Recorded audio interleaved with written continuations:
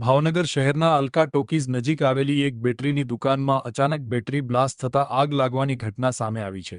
ઘટનાને પગલે આસપાસના વિસ્તારમાં અફરાતફરીનો માહોલ સર્જાયો હતો અને લોકોમાં ભય ફેલાયો હતો. આગ લાગતાની સાથે જ સ્થાનિક લોકોએ તાત્કાલિક ફાયર બ્રિગેડને જાણ કરી હતી. જાણ મળતા ફાયર બ્રિગેડ ટીમ ઘટનાસ્થળે પહોંચી આગ પર કાબૂ મેળવવાની કામગીરી હાથ ધરી હતી.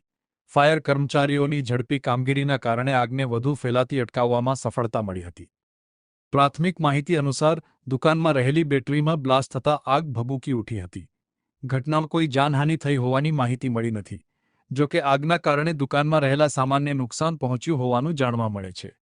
ઘટનાના પગલે પોલીસ અને સંબંધિત તંત્ર પણ સ્થળ પર પહોંચી તપાસમાં જોડાયું હતું.